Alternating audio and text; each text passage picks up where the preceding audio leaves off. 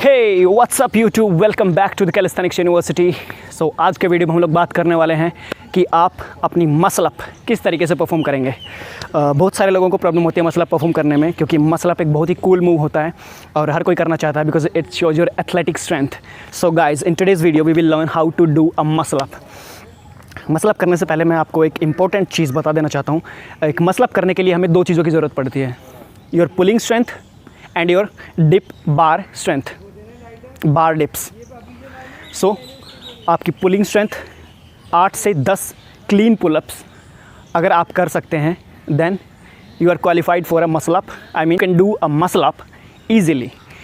दूसरी चीज़, अगर आपकी डिप बार स्ट्रेंथ यानी कि अगर आप बार के ऊपर डिप्स परफॉर्म कर सकते हैं 8 से 10, then it means your pushing strength is also good, you are able to do a muscle up. So अगर आपकी पुलिंग स्ट्रेंथ और डिप बार स्ट्रेंथ दोनों अगर ओके हैं, that means you are ready to perform your muscle up now.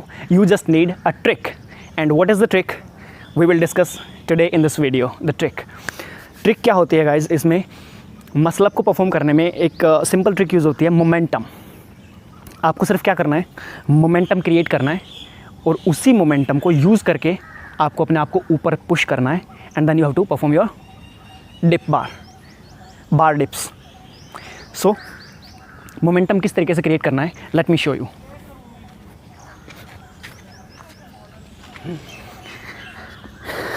Find out a bar and then आपको अपने पैरों को आगे फेंकना है। आगे किस तरीके से फेंकना है, लाइक दिस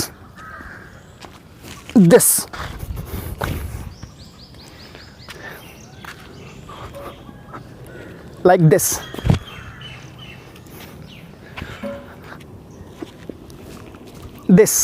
way, ऐसे। सो नाउ मोमेंटम आपने क्रिएट किया, then you have to push yourself up at the maximum point of momentum. आपने आगे अपने आप को पुश किया, अपने पैरों को आगे धकेला, बहुत सारा मोमेंटम गेन किया आपने। अब इसी पॉइंट पे आपको ऊपर पुश करना है अपने आप को।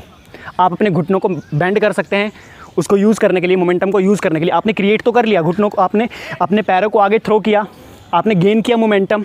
अब उस मोमेंटम को यूज़ करके उसी को ऊपर यूज़ करके जाना है आपको। तो आपको क्या करना है, आप अपने घुटनों को बेंड कर सकते हो, लाइक दिस। लिया, बेंड किया and then up. So it's pretty easy. पैरों को आगे थ्रो किया, घुटनों को बेंड किया, पुश योरसेल्फ अप।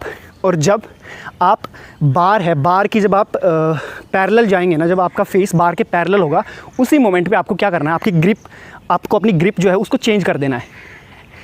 जैसे ही आप बार के पैरेलल जाएंगे, मोमेंटम को यूज़ करके पुश करके, उसी मोमेंट पे आपको अपनी ग्रिप चेंज कर देनी है। पैरों को थ्रो करा, change the grip and up. See कितना इजी है।